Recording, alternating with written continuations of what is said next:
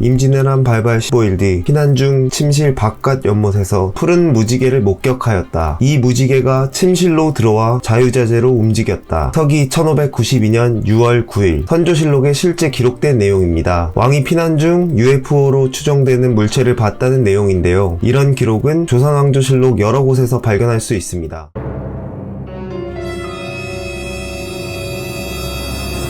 조선왕조실록에는 UFO로 추정되는 물체에 대한 목격담이 굉장히 많이 기록되어 있는데요. 인조시절 60건, 숙종시절 27건, 광해군 시절 17건 등 그 기록은 수백 건에 달하죠. 유네스코 세계기록 유산에 등재된 조선왕조실록은 태조부터 철종에 이르기까지 조선왕조 472년의 기록이 담긴 사서로 기록부터 관리까지 비공개를 원칙으로 작성되었습니다. 사실대로 공정하게 기록할 수 있도록 하기 위해 열람, 수정을 모두 금지하였습니다. 이 때문에 객관성, 신뢰성 측면에서 조선왕조실록은 역사적 가치가 아주 높다고 알려져 있습니다. 그중 가장 잘 알려진 묘사가 상세하게 기록된 광해군 시절 UFO 동시 목격담 사례가 있습니다. 1609년 9월 25일 강원도 관찰사 이영욱의 장계가 조정에 도착했습니다. 강원도 관찰사 관할이었던 간성, 원주, 강릉, 춘천, 양양 5개 고을의 보고가 같은 날 종합해서 올라왔는데요. 이 5개의 보고는 전부 한 달 전인 8월 25일 같은 날에 목격담이었습니다. 먼저 간성입니다. 간성은 고성군에 있던 옛 행정구역 이름입니다. 푸른 하늘에 쨍쨍하게 태양이 비치고 있었고 사방에는 구름 한 점도 없었는데 갑자기 천둥 소리가 났다. 쾅 하는 소리가 나며